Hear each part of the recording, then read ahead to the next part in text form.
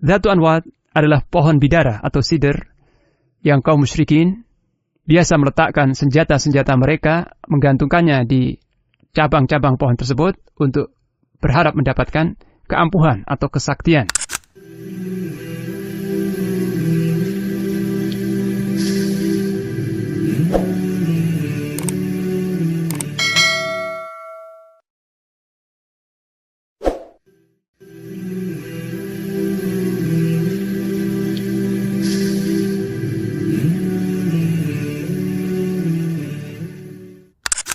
Assalamualaikum warahmatullahi wabarakatuh.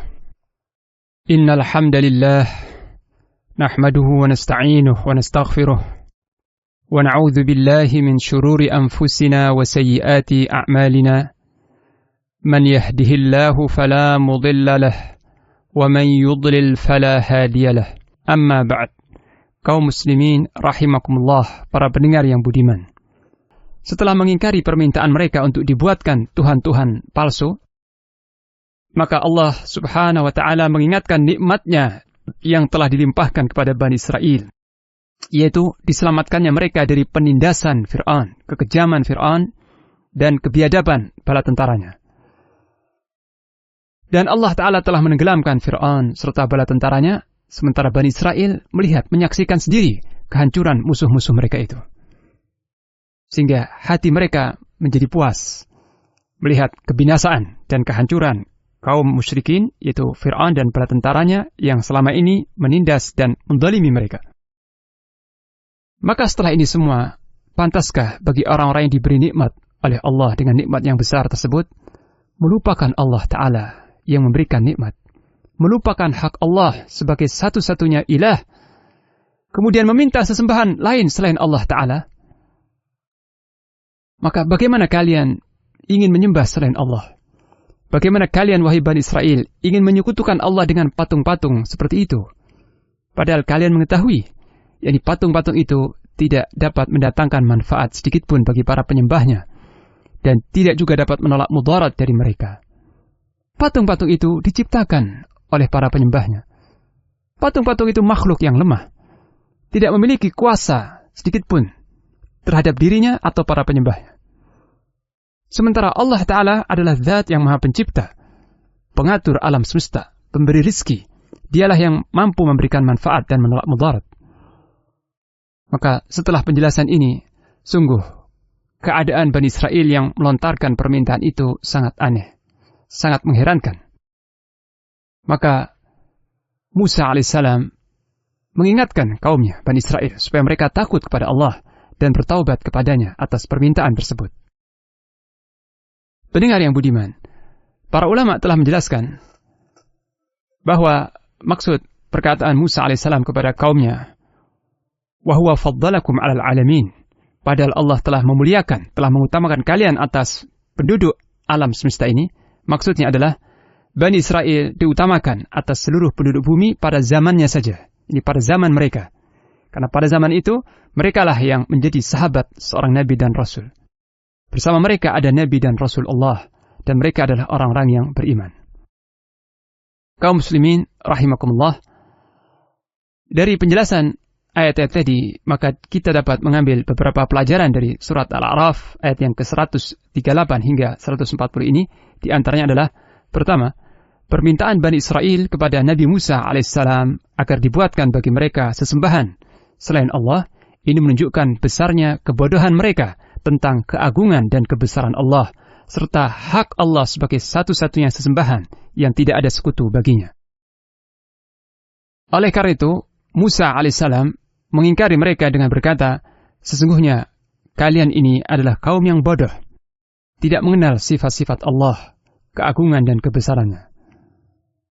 Jadi, penyebab mereka meminta seperti itu adalah karena kebodohan mereka tentang Allah Subhanahu wa Ta'ala, nama-namanya dan sifat-sifatnya. Keadaan seperti ini pernah terjadi pada sekelompok kaum muslimin yang baru masuk Islam pada saat penaklukan kota Makkah atau peristiwa Fathu Makkah. Ketika kota Makkah dikuasai oleh Rasulullah sallallahu alaihi wasallam dan para sahabatnya, maka berbondong-bondong kaum musyrikin yang tadinya menyekutukan Allah masuk ke dalam agama Islam. Tapi karena mereka baru saja meninggalkan kesyirikan dan masuk ke dalam Islam dan belum memiliki dasar-dasar yang kuat tentang tauhid dan keesaan Allah, maka ketika mereka menyertai Rasulullah sallallahu alaihi wasallam dalam perjalanan beliau menuju ke Hunain, dalam peperangan yang dikenal dengan perang Hunain, mereka kaum mu'allaf, kaum yang baru mengenal Islam ini, melewati suatu kaum yang sedang bersimpuh, duduk di sisi sebuah pohon yang disebut Dzatu Anwat. Dzatu Anwat adalah pohon bidara atau sidr yang kaum musyrikin biasa meletakkan senjata-senjata mereka, menggantungkannya di cabang-cabang pohon tersebut untuk berharap mendapatkan keampuhan atau kesaktian bagi senjata-senjata mereka. Nah, setelah kaum muslimin yang baru mengenal Islam ini melewati pohon yang disebut Dzatu Anwat tersebut, mereka berkata kepada Rasulullah sallallahu alaihi wasallam, "Wahai Rasulullah, buatkanlah untuk kami Dzatu Anwat." Itu pohon yang digunakan untuk menggantungkan senjata-senjata agar mendapatkan keampuhan. Sebagaimana orang-orang musyrikin itu memiliki Dzatu Anwat. Maka Rasulullah sallallahu alaihi wasallam merasa heran dengan permintaan itu dan beliau bersabda, "Subhanallah, Maha suci Allah. Apa yang kalian katakan itu menyerupai perkataan Bani Israel kepada Musa alaihissalam. Ij'al lana ilahan kama lahum alihah." Buatkanlah untuk kami satu patung atau sesembahan sebagaimana mereka memiliki sesembahan-sesembahan. Jadi, kebodohan yang membuat mereka melontarkan perkataan semacam itu. Dan kebodohan pula yang menyebabkan sebagian dari kaum muslimin meniti, mengikuti jejak Bani Israel yang mengkeramatkan dan meminta keberkahan kepada patung-patung atau pohon-pohon yang dianggap keramat. Dan ini dapat kita saksikan pada zaman kita ini. Tidak sedikit pohon-pohon yang dianggap keramat atau tempat-tempat ziarah yang dikeramatkan di berbagai negeri kaum muslimin. Tempat-tempat itu diziarahi dan dimintai keberkahannya. Bahkan dipersembahkan kepadanya kurban-kurban. Sebenarnya tidak ada penyebab lain di balik peristiwa yang mengenaskan ini selain dari kebodohan sebagian kaum muslimin terhadap hak-hak Allah Ta'ala. Jauhnya kaum muslimin terhadap ilmu yang benar tentang Allah dan tentang keesaannya. Maka kita berdoa, semoga Allah Subhanahu wa Ta'ala memperbaiki keadaan kita dan kaum muslimin, menambahkan untuk kita ilmu yang hak, yang bermanfaat, dan menghindarkan kita sejauh-jauhnya dari kejahilan, kebodohan, dan hal-hal yang akan mengundang kemurkaan Allah Subhanahu wa Ta'ala.